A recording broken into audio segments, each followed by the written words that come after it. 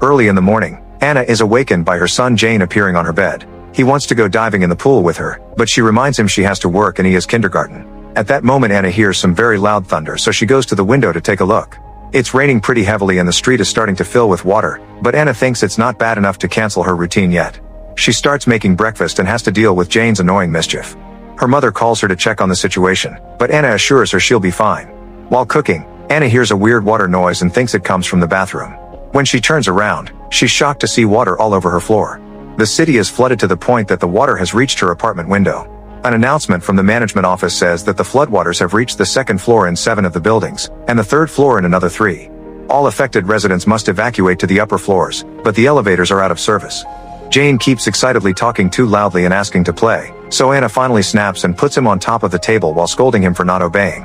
Then she starts packing while noticing that the water is starting to cover her legs. At that moment she gets a call from a security agent from her company, who tells her he's on his way to rescue her. He doesn't want her to lose time packing. He just wants her to go upstairs with Jane. Suddenly the call ends and power goes out in the building. Anna grabs a small bag to put Jane's medicine in, then she runs to search for him. He's upset and hiding in the closet, so she apologizes for yelling at him and convinces him to come out by offering a piggy ride. When they leave the apartment, they find all their neighbors leaving their homes with suitcases. Anna dodges them as she runs down the corridor, wanting to reach the stairs as fast as possible. Unfortunately, she finds a big crowd blocking the stairs that won't move. A desperate Anna runs to the opposite side of the corridor, seeing all the buildings nearby in the same situation as hers. She reaches the emergency stairs and starts going up. Jane sees people swimming in the water, so Anna sings to distract him. After going up a couple of floors, Anna is devastated to find the stairs blocked by a bunch of stuff. She puts Jane down and starts climbing over the things, but her feet slip and she almost falls. Anna manages to hold on, however seeing the dead bodies in the water makes her realize how dangerous it is, so she decides to go back. As they walk down the corridor on another floor, a bunch of people enter some of the apartments to use the bathroom. Anna hears her name and sees the security agent nearby looking for her. She wants to run to him, but at that moment she notices that Jane has followed the crowd into an apartment. Making her way inside, Anna desperately looks for her son only to freeze when she sees a huge wave coming at the window. This triggers a memory of her being trapped in a car underwater with her husband Gawan. The wave breaks the window and hits several people as it floods the apartment. Anna loses her bag and tries to swim toward it to retrieve it, but the bag floats away through the broken window and she needs to breathe. There's a small gap between the water and the ceiling, so Anna takes a deep breath before diving back in to search for Jane. In another room, she finds her son's unconscious body and quickly grabs him before rushing to the door. No matter how hard she tries, it won't open, and she passes out too. At that moment security agent Joe opens the door and wakes Anna up before helping her leave the apartment. They swim to the surface and climb over the balcony railing to return to the corridor. Then Hyo does CPR to successfully awaken Jane, who cries as he clings to her mother. Hyo films them and sends a report to the company confirming that their lead researcher is fine. Afterward the trio gets moving and Jane admits that the water makes him think of the time his dad drowned in the car. As they make their way upstairs, Hyo tells them that a company chopper is on its way. He also explains that 3 hours ago an asteroid hit Antarctica, so all the melted ice is coming north with the seawater. The government knew the asteroid was coming and didn't say anything because they couldn't stop it, which means humanity ends today.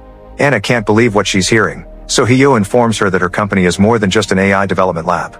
Her work has actually been to create a new human race. 2 people have been working on the emotion engine, Anna and her boss, who died in the flood with her child. Anna tries to explain that the emotion engine was still in the testing phase, but Hyo doesn't care.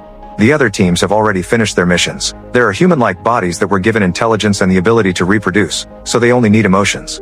The conversation is interrupted by Jane saying he needs to poop, so they rush to the nearest apartment to use the bathroom. Anna takes the chance to borrow Hyo's phone to call her mother and tell her she loves her. Suddenly they hear a noise in the walls and the gas pipe in the kitchen explodes. Gas starts filling the apartment, so the trio runs outside. The other apartments are blowing up and the flames start to spread on both sides of the corridor. Joe stands on the balcony railing to climb to the next floor, then Anna tries to hand Jane to him. However, the kid struggles in her arms because he doesn't want to let go of her, causing her to fall into the water. After remembering the car accident again, Anna manages to reach the surface and hold on to a sign. Then she swims back to the building and hears a child named Jisoo crying for help inside the elevator. Anna tries to open the doors with her hands to no avail, so she rushes to the next floor to try to find a tool. At that moment she sees some looters coming out of an apartment while talking about attacking people, so she runs downstairs in fear. Anna tries to open the elevator again, but now the water covers most of it, and Jisoo doesn't answer anymore. A huge wave then hits the building and Anna ends up underwater again.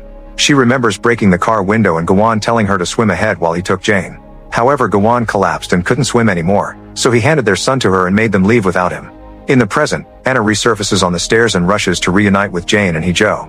Her son isn't feeling well and needs his medicine, which Anna lost earlier. She picks him up and runs toward the apartments, determined to find the medicine.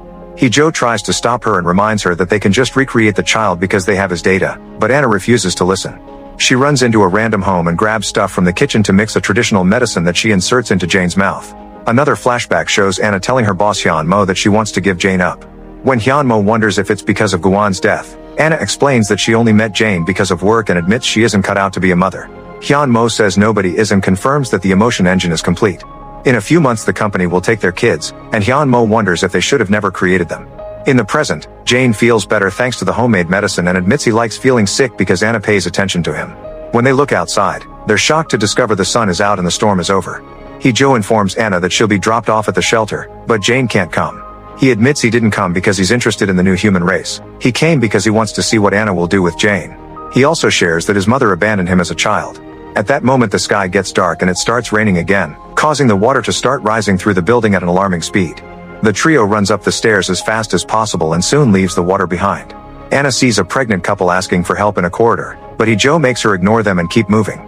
Jane asks his mom if she felt like that when she was pregnant too, which makes her so upset that she has a breakdown. When Hee-jo checks on her, Anna snaps and says she doesn't want to leave her child. Hee-jo explains that since Hyun-mo died with her child, Jane is the only hope for the scientists to create new humans. The group then goes to the rooftop to find the helicopter and Hee-jo reads the instructions sent by the company. Their priority is to prevent human extinction, so Anna must immediately report to the lab to complete the emotion engine. The security team that came with the chopper calls Jane Newman 77 and takes him away from Anna. The men hold her back while she watches in despair as her boy is handcuffed. Anna begs Hee-jo for help so he reveals that Hyun-mo didn't die. She ran away with her child because she would rather meet her end than abandon her daughter. The men put Jane to sleep with an injection and start shaving his hair. Anna freaks out and begs for mercy, asking them to at least let her keep Jane until they make it to the shelter.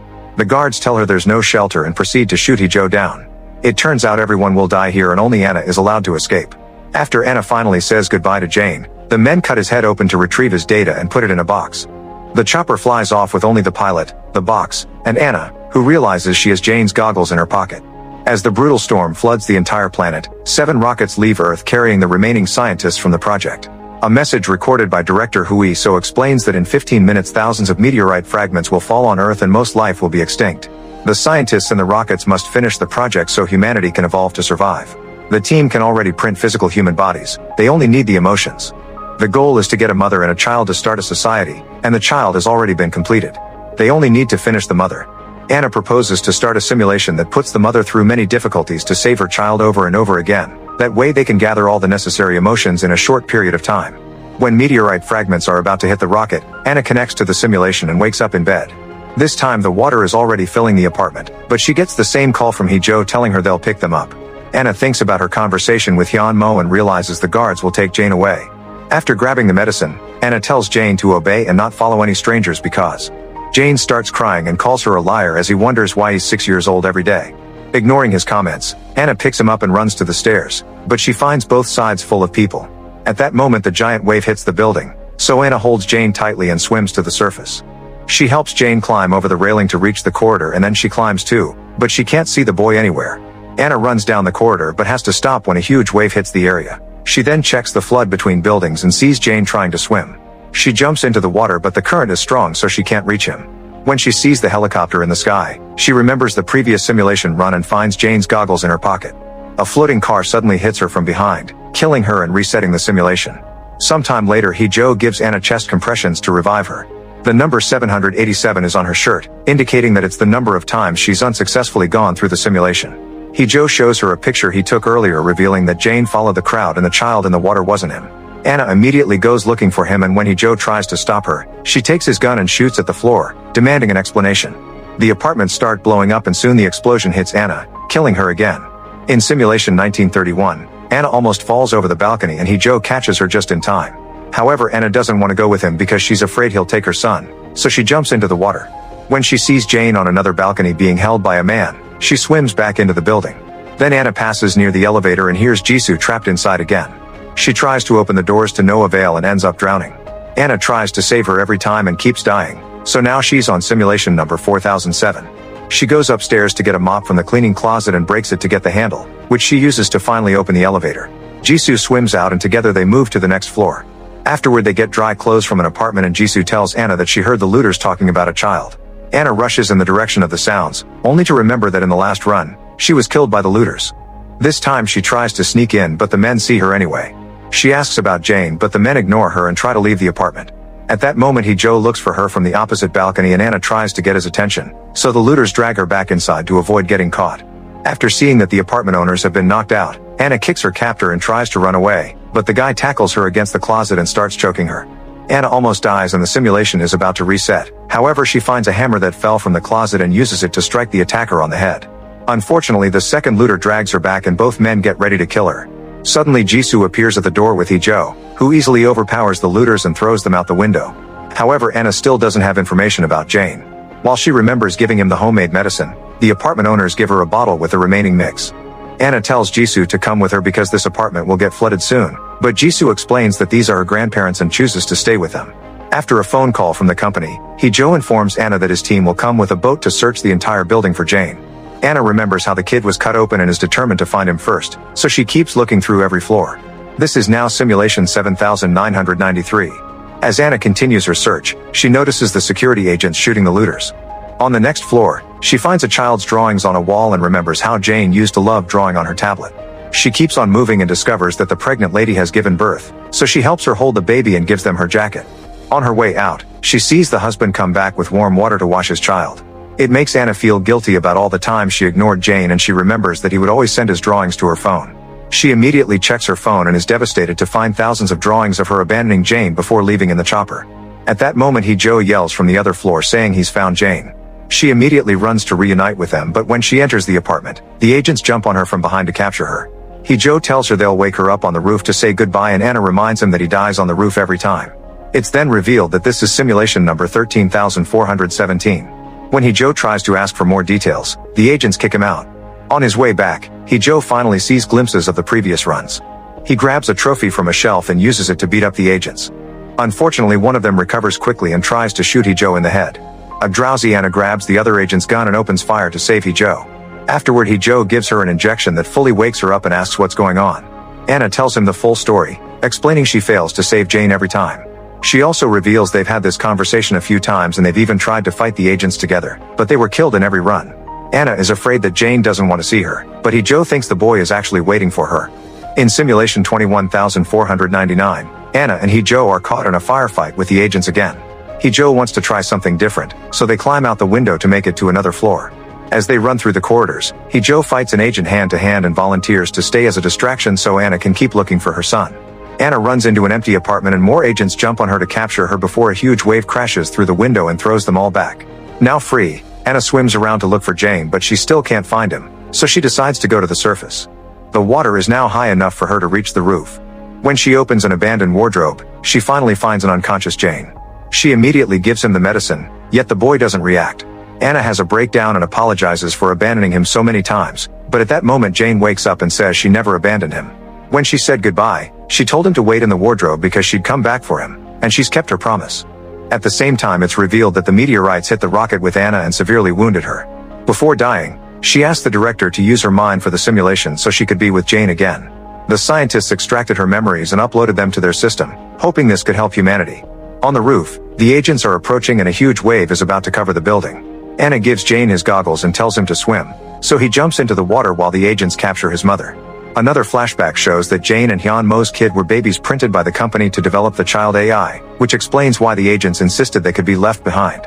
They only needed the data to move on. Jane met Gawan after the experiment had already started, yet he agreed to be the boy's dad and even bonded with him. When Gawan died, his death impacted both Anna and Jane. In the present, the simulation is about to reset. Anna manages to free herself from the agent's grasp and jumps into the flood to join her son. After falling through data and swimming in the water, Anna resurfaces and finds Jane holding on to an antenna. She hugs him tightly and tells him they'll swim together before a wave brings them down. Since this, Anna helped Jisoo, assisted the pregnant lady, and stayed with Jane until the end. The system sees her lack of selfishness and finally considers the simulation successfully completed. The AIs for Anna and Jane are put in new printed bodies and sent to a planet to start a new society with humanity's memories. Make sure to subscribe and turn on notifications so you can watch more videos like this. Thanks for watching.